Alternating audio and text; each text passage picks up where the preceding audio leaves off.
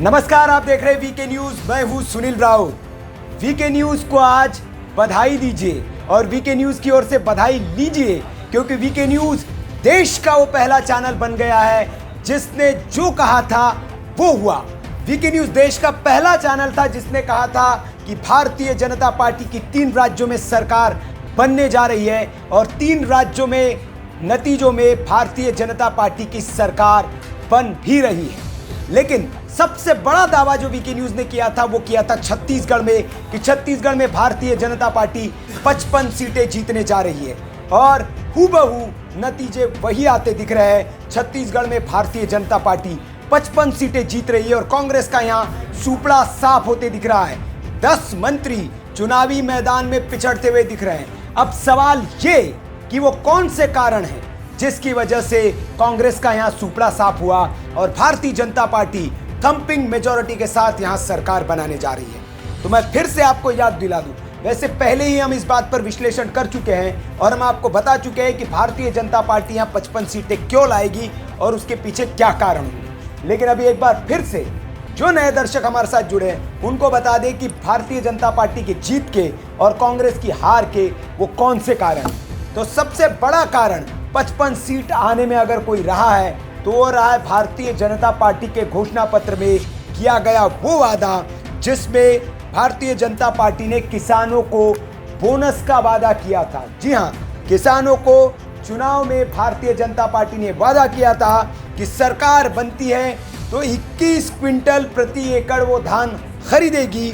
और 3100 रुपए क्विंटल धान का मूल्य दिया जाएगा। आपको बता दें कि कांग्रेस की भूपेश बघेल सरकार 2800 रुपए प्रति क्विंटल धान का समर्थन मूल्य देती थी, जिसे बढ़ाकर भारतीय जनता पार्टी ने 3100 देने का वादा किया और उसमें भी सबसे बड़ा वादा ये किया कि पैसा जो है वो किसानों के खाते में एक मुश्त जाएगा। अभी तक कांग्रेस की सरकार में वो पैसा किसानों के खाते में किश्तों में जाया करता था। तो ये बड़ा वादा था जिस पर छत्तीसगढ़ के किसानों ने यकीन किया और भारतीय जनता पार्टी को झोली भर भर के वोट दी। इसके बाद छत्तीसगढ़ में दूसरा मुद्दा था धार्मिक आधार पर वोट। जी हां, हमने कहा था कि जिस घोषणा पत्र में चाहे 5 शक्तिपीठों को कॉरिडोर बनाने की बात हो, राम जन्मभूमि तीर्थयात्रियों को ले जाने की बात हो, या फिर आदिवासी क्षेत्रों में जो मतांतरण का बड़ा मुद्दा है उसके खिलाफ जो आवाज भारतीय जनता पार्टी ने उठाई है और हिंदुत्व, मतांतरण और लव जिहाद जैसे मुद्दों को लेकर जो कांग्रेस पर लगातार भारतीय जनता पार्टी वहां हमलावर रही और इसीलिए वहां भारतीय जनता पार्टी को जनता का साथ मिला और कांग्रेस पर जो तुष्टीकरण के आरोप लगते रहते हैं, भूपेश बघेल के शासनकाल में वहां जिस तरह से भगवा ध्वज का अपमान हुआ, भगवा ध्वज को उतार कर फेंका गया और जो कम्युनल वहां राइट्स हुए, उस मामले को लेकर भी भूपेश बघेल के खिलाफ नाराजगी थी, जिसको भारतीय जनता पार्टी ने वहां भुनाया और इसका लाभ बीजेपी को वहां पर मिला।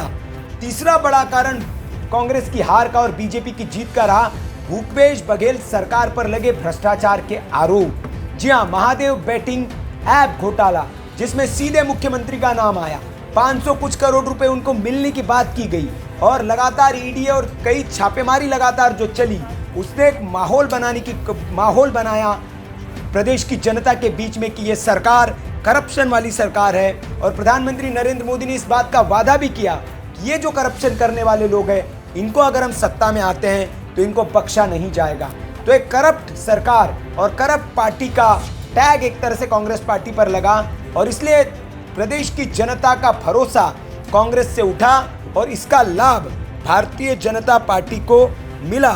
न सिर्फ महादेव बेटिंग ऐप घोटाला बल्कि भूपेश सरकार पर कोयला परिवहन घोटाला हो या फिर शराब घोटाला, डीएमएफ, गोबर खरीदी घोटाला, गोठान घोटाले जैसे बड़े आरोप भूपेश बघेल की सरकार पर लगे और उसने एक माहौल बनाने का काम किया। इसके अलावा पार्टी में जो अंतरकलह था वो भी भारतीय जनता पार्टी के काम आया। कांग्रेस पार्टी में जिस तरह से अगर आप देखेंगे, एक इसको आप कथित गुटबाजी कह सकते हैं, लेकिन वहां पर अंतरकलह था। Deputy CM TS Baghel, TS जो सिंहदेव साहब है वो उनके बीच टकराव देखने को मिला क्योंकि उनसे वादा किया गया था कि उनको 5 साल में से 2.5 साल में सीएम बनाया जाएगा। लेकिन जिस तरह से प्रधानमंत्री नरेंद्र मोदी की ओर तारीफ करते नजर आए मंच पर, बाद में उनका विरोध हुआ तो उनको माफी मांगनी पड़ी। तो ये जो मुद्दे थे पार्टी के अंदर जो अंतरकलह था वो भी बड़ा काम कर गया। प्रदेश अध्यक्ष मोहन मरकाम और प्रदेश की जो प्रभारी थी शैलजा कुमारी, उनके बीच भी कंट्रोवर्सी देखने को मिली प्रदेश में। तो कहीं ना कहीं इसका नुकसान भी वहां पर उठाना पड़ा कांग्रेस पार्टी को। महादेव सट्टेबाजी ऐप बड़ा मुद्दा था, उसने भी खेल बिगाड़ा, ये मैं आपको बता ही चुका हूँ। लगातार जो छापेमारी हुई राज्य में ईडी सीबीआई की और इनकम टैक्स डिपार्टमेंट की, और नरेंद्र मोदी ने जिस तरह से भ्रष्टाचार का मुद्दा बनाया, वो भारतीय जनता पार्टी के लिए बड़ा यहाँ पर लाभ का सौदा काम कर गई है। और इसके अलावा भारतीय जनता पार्टी ने जिस तरह से संगठित होकर चुपके से ग्राउंड पर काम किया और प्रचार किया, चुनाव में उतरी, उसको भांप नहीं पाई कांग्रेस। और वो कहीं ना कहीं ओवर कॉन्फिडेंस में भूपेश बघेल रह गए, और वो ओवर कॉन्फिडेंस भूपेश बघेल को लेकर डूबा है। भूपेश बघेल जब आप देखें आत्मविश्वास से भरे वो नजर आते थे और कहते थे उनकी ही सरकार आने वाली है। लेकिन दूसरी ओर बीजेपी ने चुपके से अपने प्रचार की धार को तेज किया। प्रधानमंत्री नरेंद्र मोदी ने लगातार रैलियां की और रैलियों में लोगों से वो वादा करते रहे। उन्होंने कहा कि मोदी जो कहता है वो करता है, मोदी गारंटी उन्होंने दी। जिस तरह से प्रधानमंत्री आवास योजना में भूपेश बघेल सरकार लोगों को आवास डिलीवर करने में नाकाम रही, उस 18 लाख आवास को देने का जो वादा भारतीय जनता पार्टी ने किया, प्रधानमंत्री नरेंद्र मोदी ने किया, वो छत्तीसगढ़िया लोगों के मन में विश्वास बना। जिस शराबबंदी की बात करके कांग्रेस पार्टी मुकर गई, उसको भारतीय जनता पार्टी ने मुद्दा बनाया और वो भारतीय जनता पार्टी के लिए फायदे का सौदा साबित हुई।